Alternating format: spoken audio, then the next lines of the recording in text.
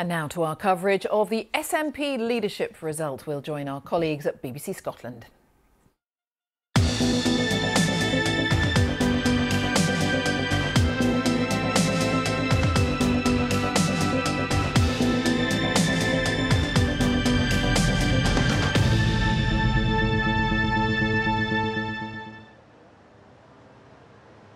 Hello there, good afternoon. Welcome to this special programme live from a sunny Holyrood in Edinburgh, home, of course, to the Scottish Parliament. I'm Martin Geissler. In about 20 minutes' time, we'll find out who'll be the next leader of the SNP and therefore, most likely by tomorrow, Scotland's new First Minister. Over the next hour, together with a panel of all the talents, we'll bring you the results and discuss what it means for the future of the UK. I'll be live at Scotland's National Rugby Stadium, where tension is building ahead of the announcement of the result. The SNP are the third biggest party here at Westminster, but their opponents are chipper now Nicola Sturgeon has gone. So what might today mean for the next general election? Well, all of this, of course, was caused by Nicola Sturgeon's shock announcement just over a month ago that she intended to stand down as First Minister and the leader of the SNP. She was a formidable political presence, one of the UK's most successful election-winning politicians, with an approval rating other leaders could only dream of. During her tenure, she's dealt with 5 different Conservative Prime Ministers. Big shoes to fill then, metaphorically, if not literally. So let's have a quick look at those hoping to fill them. Humza Yousaf is Scotland's 37-year-old Health Secretary, seen by many as the continuity candidate. He says he'll continue the socially liberal agenda Nicola Sturgeon pursued. Despite his relatively young age, he has over a decade of experience in government. At 32, Scotland's Finance Secretary Kate Forbes is the youngest candidate. She is promising change, but as a member of the Free Church of Scotland, she sparked controversy during the campaign, admitting she wouldn't have voted for equal marriage and saying that having children outside of marriage was wrong, according to her faith. Ash Regan is the outsider. She resigned her post as a junior minister in protest at the Gender Recognition Reform Bill. She's also questioned the way the party's gone about selecting its new leader, although she does now say she will accept the result. Scottish independence, she says, is her #1 priority.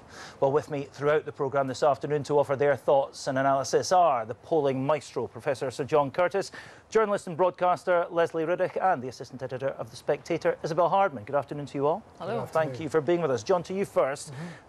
Slightly uncomfortable territory for you because you have no data to crunch at this stage. We genuinely don't know what's about to happen, do we? No, we don't know, but in a sense, Martin, I'm therefore in a very comfortable position because I think the one headline I can guarantee we won't have tomorrow morning is that the polls got it wrong. Because the truth is the polls have not said very much. We've had one poll, literally just one poll, of the people who've actually been deciding the outcome of this election, that is members of the SNP. But it was done 4 weeks ago. It was of 500 people, and so it wasn't that large. Now, at that stage, it has to be said, Mr Yousaf was ahead according to this poll. 31% for him, 25% for Ms Forbes, but a third of people then didn't know what they were going to do. So there was clearly plenty of room for manoeuvre. Since then, the only polling we've had, and much of that has dried up during the last fortnight, has been of the general Scottish public, including, of course, SNP voters. It has told us one very, very important thing, and that is that amongst the general public, Ms Forbes was clearly the more popular, the most popular of the candidates, but 30% would back her, 20% for Mr Yousaf. But amongst SNP voters, it was very, very much neck and neck. And in a sense, the question we're asking ourselves is, well, will SNP members be literally like SNP voters, in which case maybe it's going to be very close indeed, and it might depend on the second preferences of Ms Reagan's supporters, or will SNP members actually be even further apart from the general Scottish public and therefore perhaps take Mr Yousaf over the line? OK, well, there is the stage set at Murrayfield. In about 10-15 minutes' time, we will get the announcement there. We will find out who has won. Let's just frame this, give it a bit of perspective. Leslie Riddick, to you first. From a Scottish perspective, just how big a moment is this? Oh, well, it is huge. I mean, it's huge in all sorts of ways, obviously, because we've had these long periods of first Alex Salmond for 8 years, then Nicola Sturgeon for 8 years. Nicola was pretty much the anointed one, so in a sense, it's one long piece of continuity for 16 years, actually.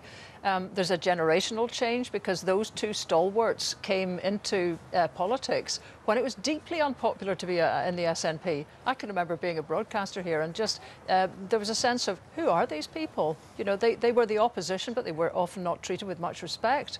And that's the atmosphere. They didn't need that. Alec could have been an oil economist and made a lot of money. Nicola could have just been a lawyer and made a lot of money. And I think the thing is, there's a lot of respect for the old guard who fought their way through a deeply difficult political experience. These folk, you know, naturally, as time's moved on, have come into a different environment where the SNP is the leading party in Scotland that defines everything else. Yeah, boy did they ever cut through, Isabel. They are now the third party, as Chris Mason was saying, at Westminster. So that is a bit of a springboard, a bit of a help for whoever takes over from Nicola Sturgeon. But whoever that is will be walking in the footsteps of these two titans of Scottish politics. How hard a job will they have to do to get recognition and acceptance and credibility in Westminster? I think it is going to be difficult, and that does really help the unionist parties up here and down in Westminster. So for Westminster-based Labour, for instance, they breathed a huge sigh of relief when Nicola Sturgeon announced that she was quitting, because whoever takes over from her does not yet have the same clout, the same ability as Nicola Sturgeon herself has acknowledged to wind people up, to the extent that you could have a poster with Humza Yousaf with Keir Starmer in his coat pocket, as we did with Alex Salmond in the past. And I think that's something that the unionist parties have been saying, well, this is great because actually we don't have the sort of fear of Labour being in hock to the SNP after the next election, for instance. But I think also the circumstances in which whoever takes over is taking over the party, it is going to be really difficult, because on the one hand you've got a party that's very split over a lot of issues that it kept quiet on, basically, over a number of years for independence, which now seems quite far away. On the other hand, you have the record of the Scottish Government itself coming into a much sharper focus in terms of schools, in terms of the NHS, something that I think Humza Yousaf in particular will find really hard. Yeah, all that to discuss. Some might take issue on independence being far away. We'll come back on all of those issues in just a minute. First, though, the announcement, as we said, is going to be made at the home of Scottish rugby at Murrayfield. It's seen some drama on the pitch over the years. This time the drama is off the pitch in a function suite in the bowels of the main stand. And James Cook is there for us to bring us some of the atmosphere. James.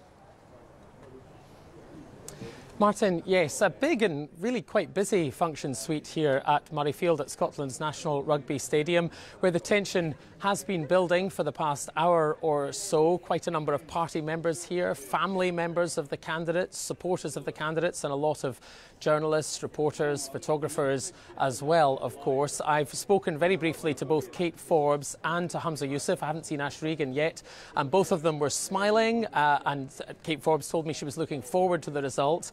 Humza Yousaf said not to read too much into his broad smile, and now they've disappeared out of the room, where they think they're going to be told the result before everybody else. So they'll be perhaps mastering the idea of a poker face as they're sitting at the front while the official result is read out, or perhaps not. We will see, Martin. Perhaps not. We will see, Martin. Yeah, James, thank you very much indeed. We'll be back to you at Murrayfield very shortly for that result. Everybody will be looking at the faces, won't they, when they come back in and sit in the front row? You would have to be some actor to disguise either your joy or your disappointment. Yes, indeed. It's obviously a very, very difficult moment for any politician when you have to face the public knowing your fate, but waiting for the public to hear as well.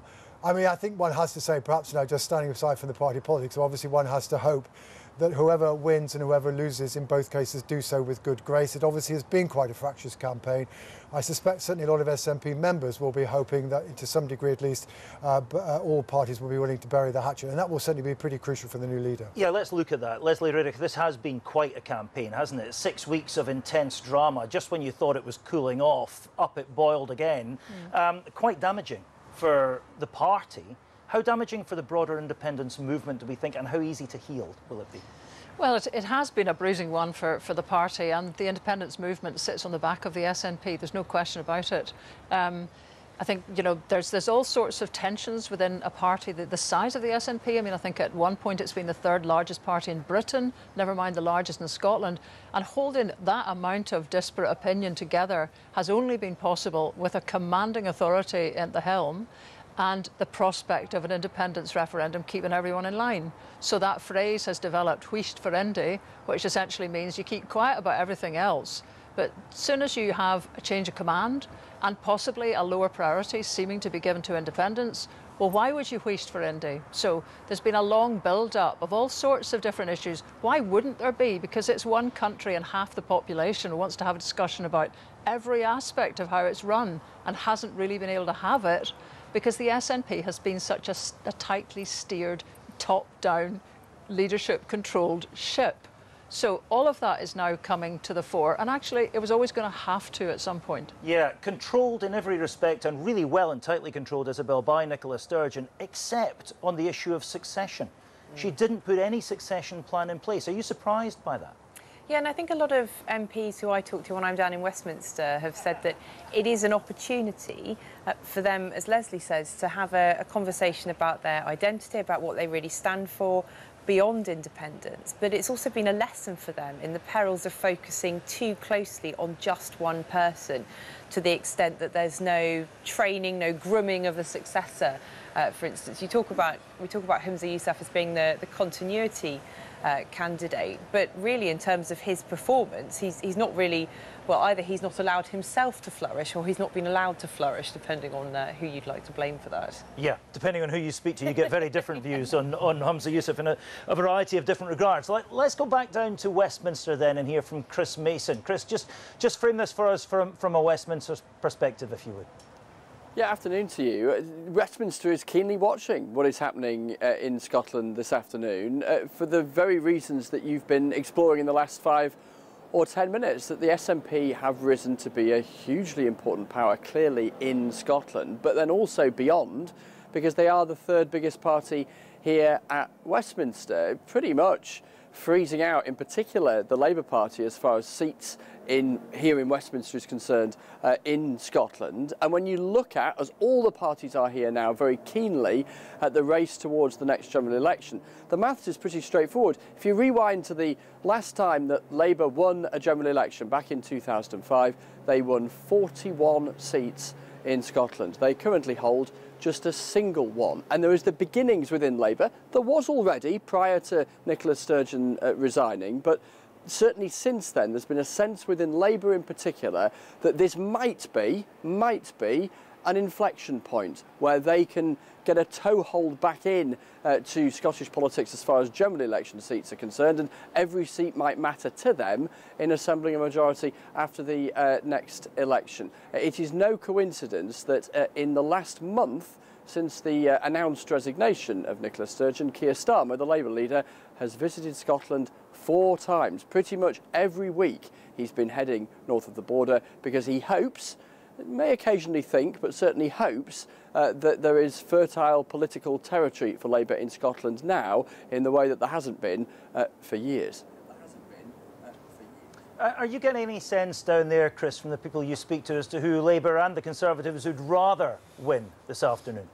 Well, they are aware, I think, as plenty are within the SNP, that were it to be Kate Forbes, there would be some big internal questions for some. There's the whole question about the role of the Greens in assembling a majority and a government. There's the whole questions, as we've been exploring, around her views on various social issues. Equally, I speak to people in Labour and the Conservatives and the Liberal Democrats here who look at Humza Yousaf and say, well, look, there's a track record of his time in government at Holyrood that they think that there is plenty to go at for. And also, if you are seen as something of a continuity candidate from Nicola Sturgeon, then you can't argue that you are some sort of significant and massive difference as a result. So people here look on agog. They're genuinely really interested, not least because, as Leslie was reflecting, because there hasn't been a leadership race in the SNP for so long, and obviously in the time since there has been, there's a complete change in the SNP and its membership. There's a sense of uncertainty about precisely how it might go, because how on earth do you go about trying to poll a party membership that is spread wide across a country. So a real sense of intrigue because of the uncertainty and because it hasn't happened for so long. And also, let's be frank, because postcodes like this, just like the one at Holyrood, are political to the very end of their fingertips. And so I'm just fascinated by the intrigue, the plotting, the campaigning, the personalities at the heart of all of this. And then the speculating, which we're all doing right now, let's be frank, about what it might mean for the party in question, i.e. the SNP, and indeed all of their political rivals. Yeah, everybody where you are agog, everybody here even more so. Chris Mason, thank you very much indeed for now. I was hearing some analysis this morning, somebody saying quite rightly, this is impossible to call, not because it could be too tight, but I mean, somebody could win by a landslide. We just don't know what the membership are thinking or doing. What would be really useful just now, John Curtis, is just to run us through in simple terms, if you could, the voting system, because that might be quite important this afternoon. This is a preferential voting system, so that is members of the SNP weren't simply invited to put an X against the name of one candidate. They were invited to put the candidates down in order of preference, 1, 2, 3. If one candidate gets more than 50% of the first preferences, they will be deemed elected. However, if none of the candidates meets that threshold, then the votes for the third place candidate, whom we are expecting to be Ash Regan, will be redistributed in accordance with the second preferences expressed by that candidate's voters. So therefore it is possible that if it's narrow between the top two candidates on first preferences, that the second preferences of the third place candidate should be decisive. And it's perhaps worth remembering, the last time that happened, it was in the last round of the Labour leadership contest in 2010, where as a result, Ed Miliband beat his brother, David Miliband. Now, whether that is a happy or an unhappy precedent, I'll leave others to decide. But it wouldn't be the first time that the party leadership of a party has been determined by the second preferences of a defeated candidate. Adds to the drama, Leslie, but actually it's a mechanism by which you can have a winner who didn't get most of the first preference votes. It is, but on the other hand, I think Scots are really quite used to using proportional voting systems. It's like everybody's recalling horror from the implications of what would happen if you do use something proportional. Nobody's suggesting now that we would go back to the old days of just putting crosses, which you've got to say is commonplace south of the border and good enough, although I think not for the Tory leadership contest even.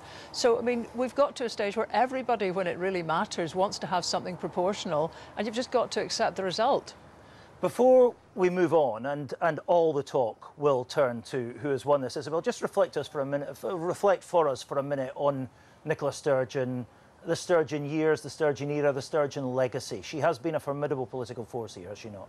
She has, and she was underestimated. So I remember when she took over in 2014, people were saying she won't have the same rock star status as Alex Salmond. And then I remember so many of my colleagues being astonished when she sold out the Glasgow Hydro at one of her first rallies. And suddenly it became clear that not only did she have that same appeal, that actually she would appeal to some of the soft unionist voters who just voted no in the independence referendum, who then really liked these massive billboards all around Scotland with Nicola Sturgeon's face on them saying stronger voice for Scotland, and turned to the SNP in the 2015 general election.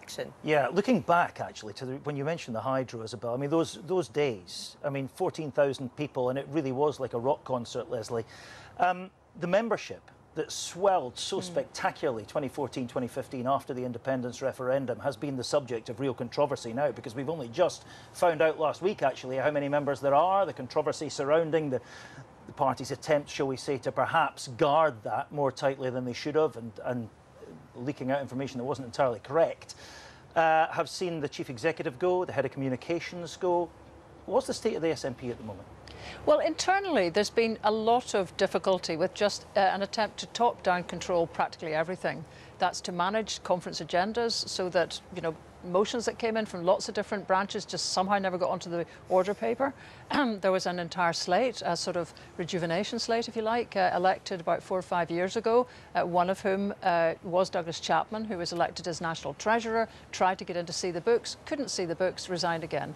Now, That's never taken anyone's attention very much till now, but it's been growing, growing, growing. And local branches essentially being told what candidates to have. There's been resentment with that. So actually there's hardly a bit of the SNP that hasn't been annoyed with something that the leadership has done over these years. And important to frame this, I think, for viewers outside Scotland, to remind people that actually the SNP is not the independence movement. It is a part of the independence movement, right? Yeah. The independence movement is effectively a leaderless movement that does not have to buy into everything that the SNP does. Well, would that be fair? Probably. I mean, we're probably a sort of carnaptious bunch, and that's one for the Google search. But yeah, we're a distributed movement, if you want. I mean, there's lots of kind of leaders within it, but there's not one sitting overarching leadership, and that's partly because it's hard to keep everyone walking up the hill when it's a 10-year walk. And it's been 10 years, really, pretty much, since the first independence referendum. We're always told there's another referendum round the corner, next year, next year, next year. Yes, groups across Scotland have kept the faith, kept organising, but been invisible. And now probably the Yes movement needs to decide it has to come forward and get organised, because you can't allow a cause like independence to rise and fall with the necessary changes that happen in the electoral cycle. Do you get a sense, Isabel, or just put into context for us the difference between these two candidates and the crossroads that the SNP is at as a party now? Yeah, so Humza Yousaf is pitched as the continuity candidate. I know Leslie's got a slightly different view on who is the continuity candidate in terms of the way they conduct themselves. But he's obviously very much tied himself to Nicola Sturgeon to the extent that he was saying that he would have the outgoing First Minister on speed dial. He does not have brilliant approval ratings, it has to be said, as Health Secretary. I think they were -16, with health chiefs warning that the health service was about to fall over. Kate Forbes has positioned herself as the change candidate, has, I think, shocked quite a lot of people during the contest with two things. One, her Conservative views and her outspokenness on those, and the other, her readiness to criticise pretty much everything the Scottish Government has done up to this point, particularly if it involves Humza Yousaf. And then we have Ash Regan, who's seen as the outsider, who was little known until she resigned from the government as, I think it was, Community Safety Minister, over the Gender Recognition Reform Bill, which is one of the things that has caused real rancour recently and in this contest. Right, we're watching pictures of the podium at Murrayfield now. We're waiting for Lorna Finn, the National Secretary of the SNP, who has run this election process and will be the returning officer effectively this afternoon, to come on stage. We'll cut to that as soon as she does. John Curtis, just going back to what Isabel was saying there then. Kate Forbes seems to be potentially more popular with the country at large, less popular with the party establishment, vice versa, Humza Yousaf. Yes. So we could be in a situation where the party establishment, oh, hang on, here is Lorna Finn, the National Secretary of the SNP, with the result. National Secretary of the SNP with the result.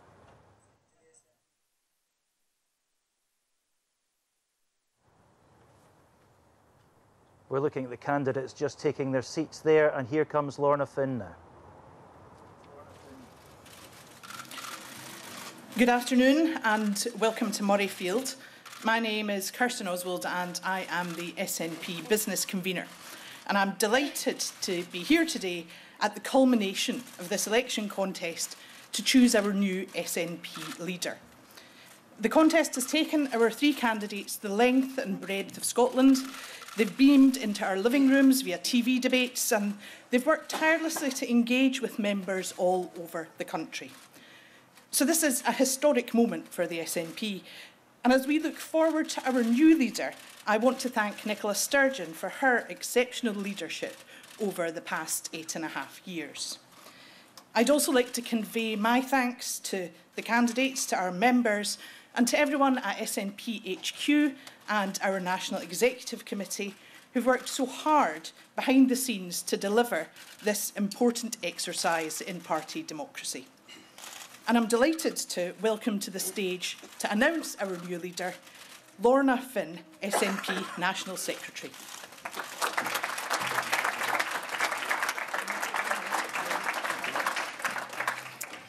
As National Secretary of the SNP, I have been given the results of the party leader election 2023 from My Voice, the Ballot Services Company. These are as follows. The final number of eligible members was 72,169. A total of 50,494 ballot papers containing a valid vote were received. There were 3 rejected postal ballot papers. The turnout was therefore 70%. 48,645 of the ballots were cast electronically, and 1,849 of the ballots were cast by post. The first preference votes are as follows. Ash Regan, 5,599. This represents 11.1% of the first preference vote. Kate Forbes, 20,559. This represents 40.7% of the first preference vote. Hamza Youssef, 24,336. This represents 48.2% of the first preference vote. As no candidate received more than 50% of the votes, Ash Regan, as the candidate who received the least number of first preferences, was eliminated, and the second preference votes in favour of Kate Forbes or Hamza Youssef were given to them. The result after those votes were redistributed was as follows. Kate Forbes, 23,890. This represents 47.9% of the final vote. Hamza Youssef, 26,032. This represents 52.1% of the final vote. I therefore declare Hamza Youssef duly elected as the Scottish National Party leader. Congratulations, Hamza. And I now invite you up to say a few words.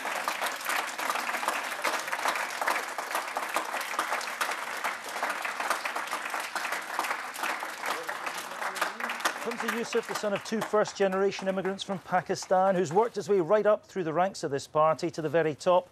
Once the formalities of the next couple of days are taken care of, he will become Scotland's 6th First Minister. As we were saying earlier on, the party establishment's favoured candidate in this election process, and he has won. Let's hear from him now. Can I begin by thanking our National Secretary, Lorna Finn, and also can I thank our headquarters staff for all the incredible efforts that they have made right throughout this process.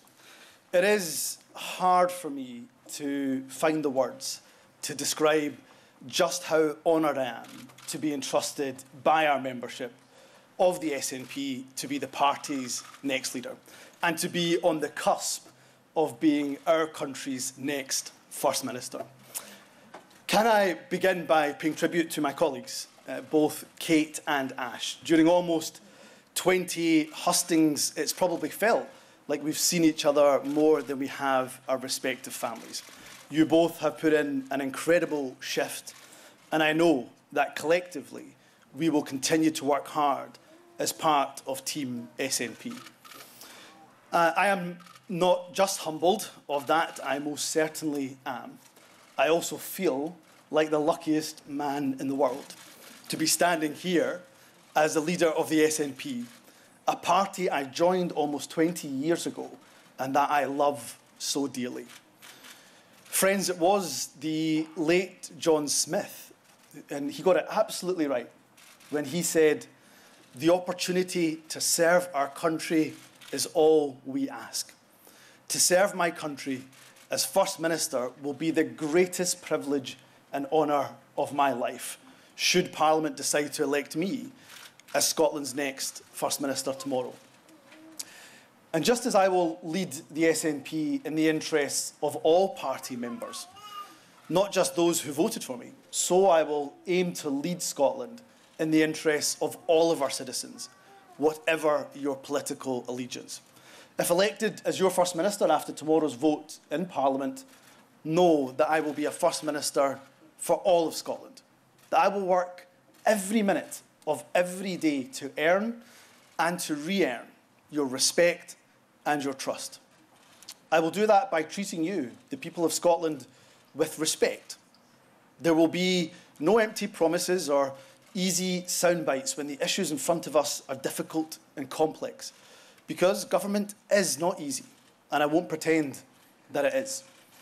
My immediate priority will be to continue to protect every Scot as far as we possibly can from the harm inflicted by the cost of living crisis, to recover and reform our NHS and other vital public services, to support our well-being economy, to improve the life chances of people right across this country. I will move quickly to develop plans to extend childcare, to improve rural housing, support small businesses and boost innovation. I will bring forward reforms of the criminal justice system. I'll work with local government to empower our local authorities. And as First Minister, I will not shy away from those exceptionally tough challenges that require the difficult decisions. But where there's challenge, I will use it to also find opportunity. My government will seize the economic and social opportunity that the journey to net zero will bring. A country as energy-rich as Scotland should not have people living in fuel poverty. The government I lead will renew and redouble our efforts to lift people out of poverty, to make work fair, to make our economy work for the people, and to ensure, as we become a more prosperous country, we also become a fairer country too.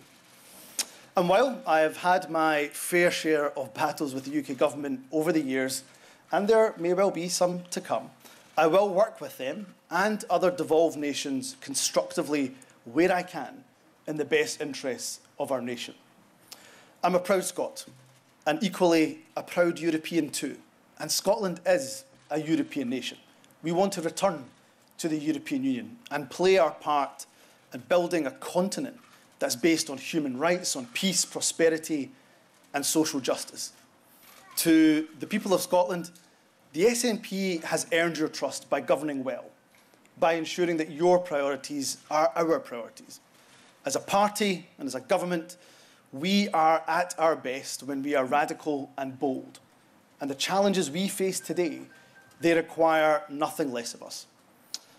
That is what I promised the people of Scotland, if Parliament, of course, puts its trust in me tomorrow.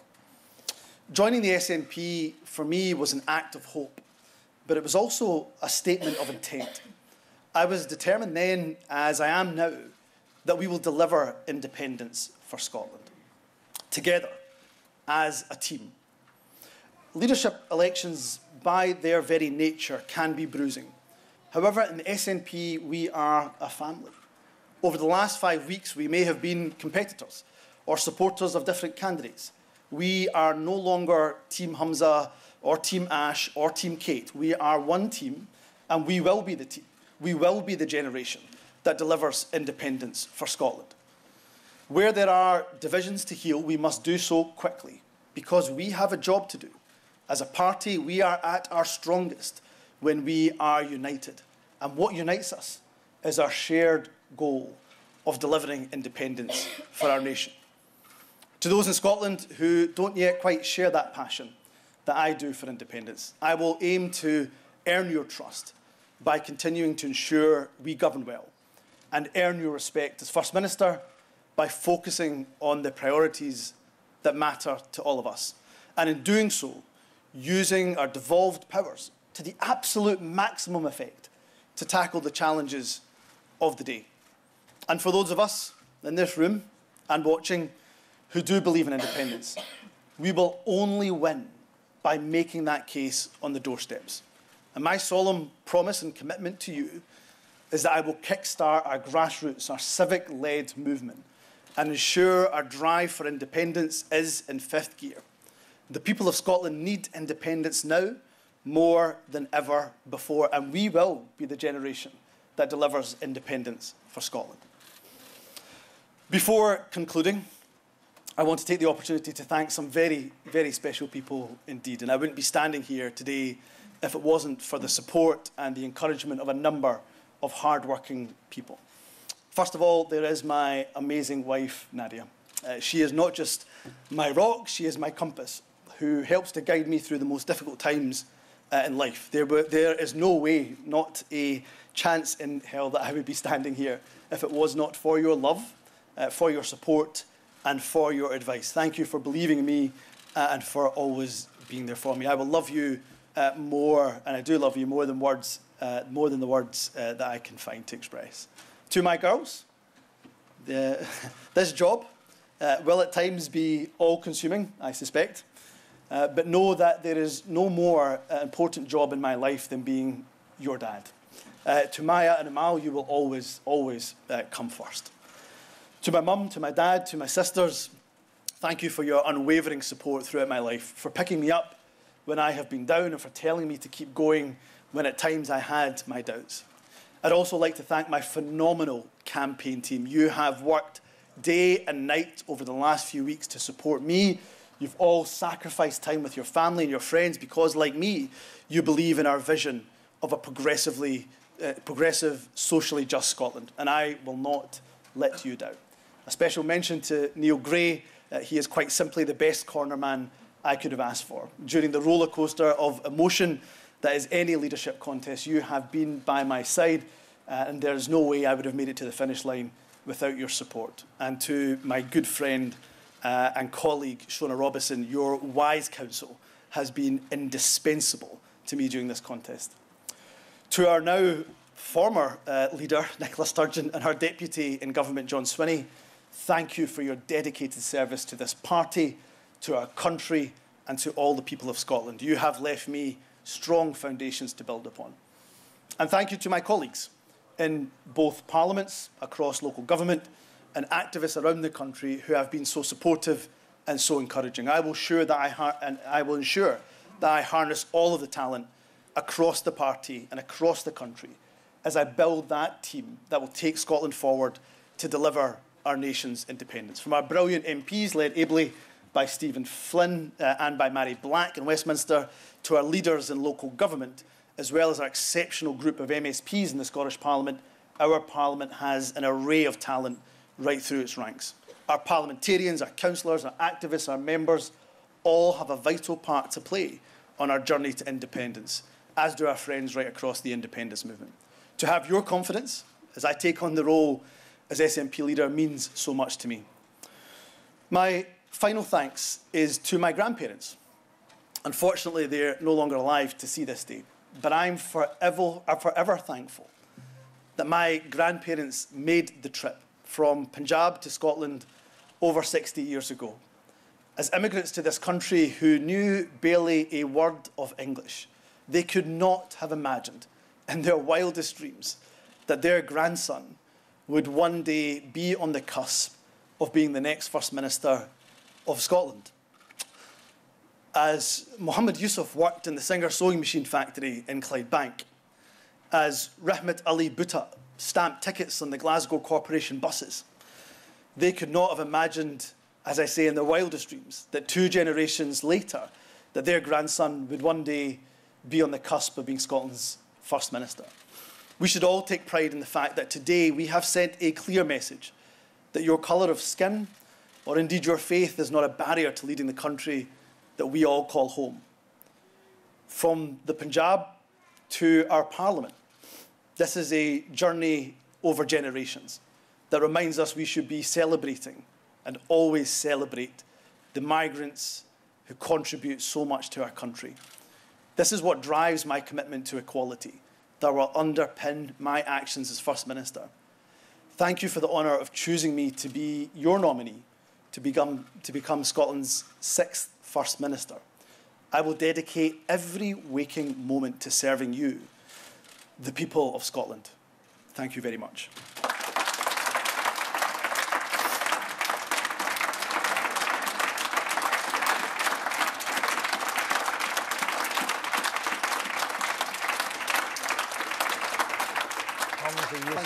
Taking the applause at Murrayfield. He will, barring some unforeseeable drama in Holyrood tomorrow, be voted in as Scotland's First Minister and sworn in at the Quarter Session the following day. He is going to take a couple of questions. Shall we have a listen? Questions here from the press. BBC Jim Cook. No, we're not going to take those questions quite yet. Hopefully we will come back to that. Right, loads to discuss. Isabel first, your reaction. It was tight. Yeah, it was tight, and it was, you could see actually just in the emotion on Kate Forbes and Humza Yousaf's faces as they sat down before the result was announced to everyone else, that they hadn't known how this was going to go either. They were obviously told the result a few minutes beforehand, but clearly they were processing something that had come as a bit of a surprise to both of them. I think in terms of the Westminster reaction to this, I think there's going to be quite a bit of relief from the unionist parties that someone who they feel they can characterise as being poor at government has taken over as First Minister. They were much more anxious about Kate Forbes. I think within the SNP movement, there's probably quite a lot of relief that this isn't going to cause a big split over individual moral issues, which was what was threatened by Kate Forbes. Leslie, what do you make of that, and what do you make of the broader result? Well, I mean, that speech did a lot for me as an independent supporter. It hit an awful lot of the right buttons. Independence was a long way down his list of priorities. Yeah, but though. it's the whole take. I mean, the point that he was making, it sounded very much like the moment that Nicola Sturgeon reached out to Europeans after the Brexit vote and said, you know, you'll always be welcome here. That's the kind of Scotland we do. We don't do the kind of stuff you get down the road. We're different. And that differentness was basically the hallmark of most of that speech there. He reached across, I think, quite cleverly to take a quote from John Smith. He's very much from that part of the party that is essentially social democratic, is looking to keep that Labour-leaning vote on board. It would have been quite different under Kate Forbes, and clearly we would now be sitting discussing whether the Greens were even going to stay in government. Now, they're going to have to do an awful lot better at selling some of the ideas that have just gone through because they have the majority. Don't think they've worked hard enough. He's had his collar felt in a big way there by that result. So there's got to be boldness, and there's got to be more sort of liveliness about pushing ideas forward from Humza. Yeah, that is interesting, actually, the settled nature of government now, as opposed to the disruption that Kate Forbes would have caused had she won. We'll come back to that in a second. John Curtis, though, let's crunch some numbers. One stat that kind of got lost in a bit of that, turnout 70%. Yes. What does that tell you? Well, I mean, the truth is, you never get every member participating in an election. You didn't get every member voting in the Tory leadership contest of last year. So I don't think there's too much to be made of that. I think there are two things to say about this result. One is that it will mean, in the short term at least, that the nationalist ship, which has had a bit of a battering, will come to a somewhat calmer position. And in particular, not least because if Kate Forbes had won, then a lot of SNP parliamentarians would have been rather unhappy.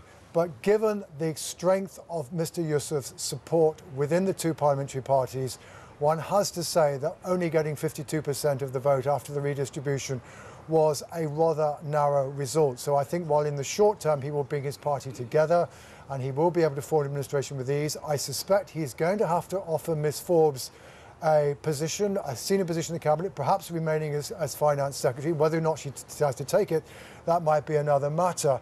And I think probably in a few months' time, parliamentarians will be looking to see whether Mr Yousaf has indeed begun to develop an ability to reach out to the wider Scottish public, to get SNP support back up to closer to the 50% support rather than the 40% it is at the moment, and to be fending off Labour's challenge. So I think things calm for a while, but this is a leader whose authority within his party is still to some degree going to have to be earned. Yeah, it's interesting. We're looking at the final figures there. It's a privilege to be sitting beside somebody with as gymnastic a brain as yours. Just as we were totting up the second round, I heard you muttering as you were jotting it down, he's won. Just at the moment I was thinking, she's won. So that'll teach me. Glad you've got the microphone and not me. Leslie Riddick, let's just pause for a moment and think about the tail end of Humza Yousaf's speech there, where he was talking about his grandparents coming over, a sewing machine factory worker, a bus conductor, and where we are as a country as well. Scotland is about to get its first Muslim First Minister at a time when the UK as a whole has a Hindu Prime Minister.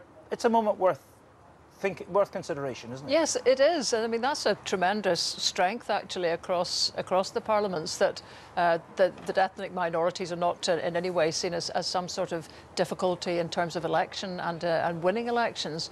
And that's part of, the mixed mongrel nation, if you like, that Scotland conceives itself to be. So that's a kind of really positive point. But I think the way that Humza tried to articulate that about this larger equality issue, he drew from his own experience of racism in Scotland and the need to protect himself as a minority. The larger issues that they got into about gay marriage and equal rights in a more general way. Yeah. I was saying to Leslie as well that independence came quite a long way down his list of priorities. I mean, I'm just looking through here. We went through cost of living crisis, NHS, childcare, rural housing, the journey to net zero, all of that before we came to it. Are you reading anything into that, or is that just how he's chosen to frame it for a wider audience? I mean, I think there are two things. One is that independence does, as I said earlier, seem quite a lot further away at the moment. The other is that to get soft unionists, soft indie voters to come over to the independence cause, as he said, the SNP has to appeal to them and to appear to be talking constantly about the Constitution when there is a cost of living crisis would not be politically savvy. So he is right to say, well, you know, we've got these domestic challenges to deal with in terms of Scotland having poverty while being an energy-rich country is really important. And it's something that the opposition parties are really hammering the SNP on at the moment. And I think it's worth bearing in mind, Martin, anybody who's ever listened to SNP conference speeches by leaders, the bit about independence always comes at the end, because the point is that's the issue that brings the party together. It's the bit around you where you can construct a peroration. I mean, if there was any departure, it was not that independence came after the more difficult issues. It was then the bit at the end, the very personal bit about his background. And in a sense, I think for me at least, that was the bit that above all, and perhaps people, irrespective of their views about politics, perhaps found the most moving and most personal. I mean, finish with a bit you want to leave people thinking about. Yeah, there's a very, very clear logic in that. Right, let's get some reaction then from opposition parties in Scotland. We can go to Glasgow now and speak to Anas Sarwar, I think, the leader of Scottish Labour. There he is. Good afternoon, Mr Sarwar. Thanks very much for being with us. Your reaction? Thanks very much for being with us. My pleasure, thank you. Look, I think the first thing to say is, regardless of our politics and regardless of how I may question Humza Yousaf's mandate or indeed the SNP record, I think it's important to pause for a moment and reflect on the significance of the election of what will likely become the first minister from an ethnic minority background. I think that is a significant moment for Scotland. So a sincere congratulations to Humza Yousaf, a sincere congratulations to his family, and I know that moment won't be lost on particularly our South Asian community here in Scotland. Yeah, he is an old pal of yours. I know you've campaigned together against racism up here. You went to the same school. You go back a long way. No more Mr Nice Guy, though. I presume you'll be facing him now in Parliament. Look, as I say, I question his mandate, I question his record, but I still congratulate him on the significance of today. But let's be honest, we have a twin crisis here in Scotland, an economic crisis that's led to a cost of living crisis, an NHS crisis with record-long waiting lists presided over by Humza Yousaf as our health secretary. And I think at this time of crises, we need someone with competence, with ability, and with new ideas and new energy. And frankly, I don't believe the SNP now provide that for us. And therefore, I think the mandate is in question. I think the new leader does, of course, inherit Nicola Sturgeon's record, but they don't inherit Nicola Sturgeon's mandate. That was an election that was very much a pandemic election where Nicola Sturgeon made a direct appeal to people to say, let me lead you through the rest of this pandemic, let me lead you through the recovery. That recovery hasn't even started yet, and Nicola Sturgeon now vacated the field, and I don't think Humza Yousaf is up to the task, to be frank, of the big challenge now facing Scotland. Yeah, I mean, you say there isn't a mandate. Your party switched leaders while in government, did it not? Well, let's look at what was said in the past. Look, I'm not going to answer for what happened when I was a teenager, but John Swinney made it very clear when we changed First Minister that this was, in his words, an arrogant approach, a behind closed door deal, arrogant in power, and frankly that Scotland deserved better. Nicola Sturgeon said, like we did, that Rishi Sunak should go to the country because he didn't have a mandate to govern as a new Prime Minister. So I'm holding them to their own measure and test. And I think, frankly, in the twin crises that we have and the huge challenges facing our country, those issues have to be the priority, not just a party talking to itself, about itself. People for a long time talked about the Labour Party being in chaos and division. That's now the premise of the SNP right now, and I think that lets Scots down. All right, Anas Sarwar, Scottish Labour leader, thank you very much indeed for your time. Another party who has changed leaders whilst in government more than once in the recent past, the Conservatives. Their Scottish leader Douglas Ross joins me now. Good afternoon, Mr Ross. Afternoon, your reaction? Well, I want to congratulate Humza Yousaf on his victory, the first SNP leader from an ethnic minority background, the first Muslim leader of the SNP. You could hear in his speech the importance it is for him personally and his family. There was a touching moment when the camera went to his mum and she dabbed away a tear. So a very proud moment for him personally and his family. But now the onus is on getting down to work and focusing on the issues that really matter to people across Scotland. And that is the cost of living crisis. It's about getting the NHS back up and running again, because it has been struggling for many, many years, and Humza Yousaf has been in charge of the NHS during that period. Well, he put that right near the top of his list of priorities. Nonetheless, he will become First Minister tomorrow. There's a process to be gone through. You will stand against him, will you? Yes, I will. That's a process that we've had. I think every time there's been a change of leader of the biggest party, that certainly the leader of the opposition stands against them. I got 31 votes last time. I'm expecting about the same this time. In a funny way, it might be more difficult for him if you didn't stand against him, just in the way that the system works. It's a very strange system that we have here for electing First Minister. I think we might have been having more of an interesting conversation if Kate Forbes had been successful. We knew from your interview at the weekend that the Greens were not wholly on board with what she was proposing, but with Humza Yousaf, he's been very clear during this campaign that he wants to keep the Greens in government. I've got serious concerns about that. A party that are anti-growth being at the heart of the Scottish Government is not good for Scotland's economy, and we need to get Scotland's economy moving again. You had a difficult, fractious relationship with Nicola Sturgeon. That was evident right to the very end. First Minister's questions last week was a fairly ill-tempered affair. Are you hoping a reset might be possible now? Well, look, I'm going to approach this as constructively as I can. I've worked with Humza Yousaf on local issues. Our Moray Maternity Services has been a big campaign that I've been dealing with as an MP and an MSP, and I've worked closely with Humza Yousaf in his role as Health Secretary. So I will work with him and his government if they are going to bring forward the right approaches for the people across Scotland. But we've seen in health, in justice and in transport that actually he's had major difficulties because of his own personal failings, and we have to see improvement because these are the issues that really matter to people. All right, Douglas Ross, leader of the Scottish Conservatives, many thanks indeed. Right, so Humza Yousaf will, barring some unforeseen event, become First Minister tomorrow. Let's have a look a bit more closely at the man and his background. Here with a profile of Humza Yousaf is Kirsten Campbell. Nicola Sturgeon had the measure of Humza Yousaf from the earliest days of his political career. He was tipped as one to watch from the moment he was first elected 12 years ago. Humza Yousaf, Glasgow. मैं Humza Yousaf At 37, he'll be Scotland's youngest First Minister and the first Scots Asian to hold the role. He's the son of immigrants who came to Scotland in the 1960s, and friends say that's given him compassion for others. An 18-year-old Humza Yousaf walks into the charity shop. I want to volunteer. I said, yeah, join, welcome, and start clean the floor. Go and clean the toilet. That's where I wanted to test him, and he did it. And then the former head of the humanitarian agency Islamic Relief remembers him fondly. Looking back now, I never thought he'd become a politician, because I still see him as a truly humanitarian, because he has a very soft heart, and he used to get very emotional, very emotional, especially when time of disasters. It was the Iraq War that inspired Humza Yousaf to join the SNP when he was a student at Glasgow University. He'd come to the conclusion that only independence would stop Scotland being dragged into an illegal conflict.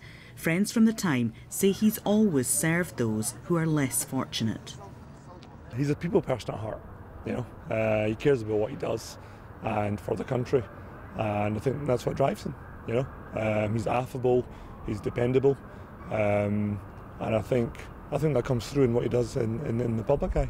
Humza Yousaf has spoken about being a victim of racism, and he and his wife have sought to challenge discrimination when they've come up against it. He retains a passion to help those in need, here assisting Syrian refugees ashore in Greece when he was International Development Minister. Having witnessed what I've witnessed today, thousands of people arriving on the island of Lesbos for a better life in Europe, sacrificing everything and risking their own lives and their children's lives, I think it would be a real stain on our conscience if we didn't assist those people.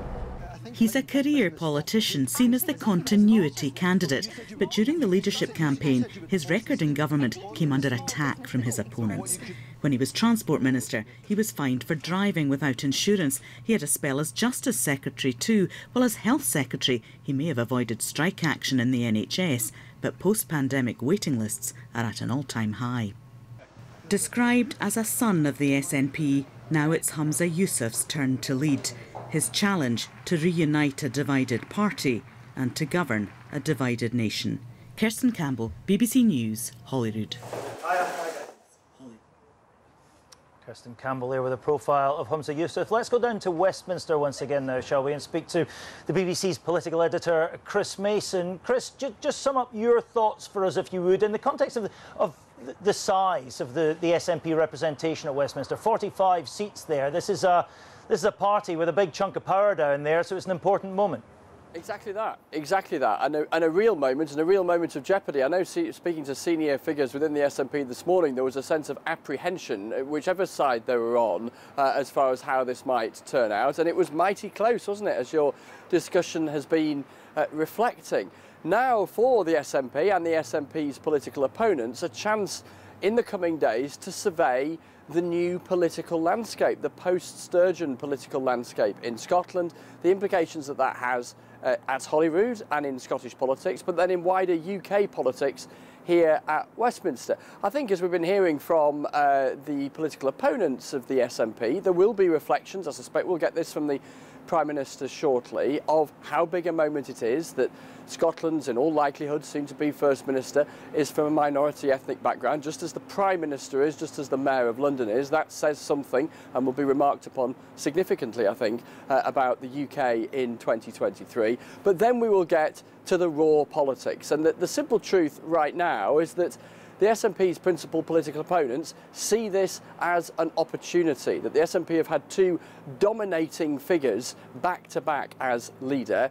In comes someone clearly much less well known, particularly beyond Scotland, and for that reason the SNP's political opponents think, for them, this might be a moment of opportunity. Of course, it'll be for the new SNP leadership to try and prove them wrong. But when plates shift in politics at moments like this, people see opportunities to potentially be seized, and that's what's going to make Scottish politics and wider UK politics that bit more interesting as a result of this contest.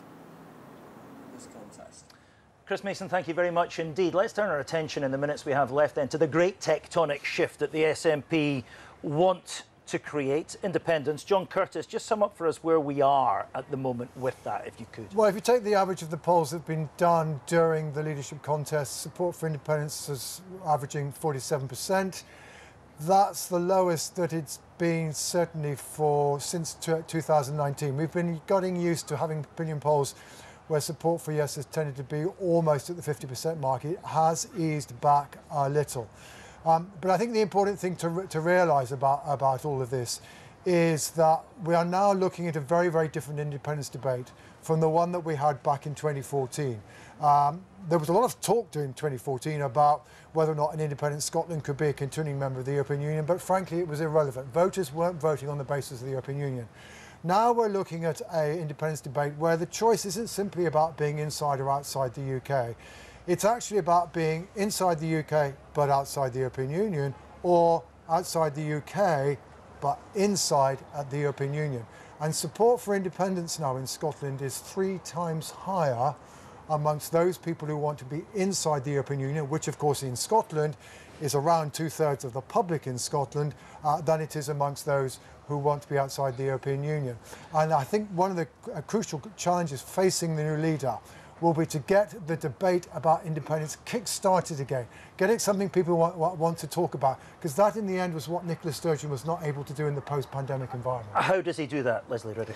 Well, that's going to be tough. I mean, the thing is there's a general election coming up soon, and whether or not it's going to be a de facto referendum, which it looks like it's not going to be now since none of the candidates really favoured that. They've still got an election campaign though, and it's not really credible to most of us who are independent supporters. It's just going to be another of the normal elections. There's got to be a way of focusing this down on some of the issues, particularly independence, but also this post-Brexit situation.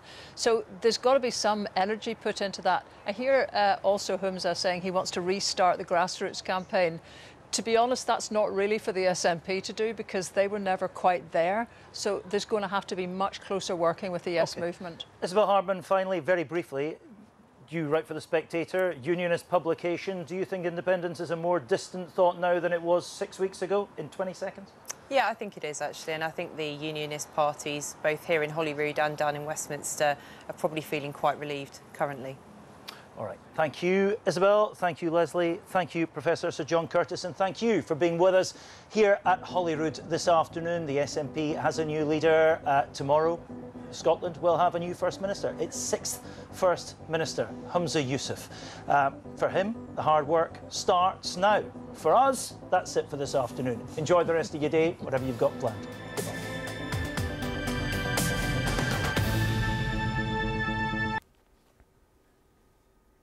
Hello, you're watching BBC News with me, Ben Boulos.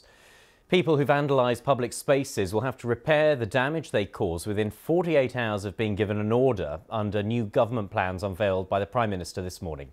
Speaking at a boxing club in Chelmsford in Essex, Rishi Sunak set out plans to improve community policing, including banning possession of laughing gas, saying that he wants to deal with the small minority of people who are disruptive. Yetunde Yusuf reports. A plan to clean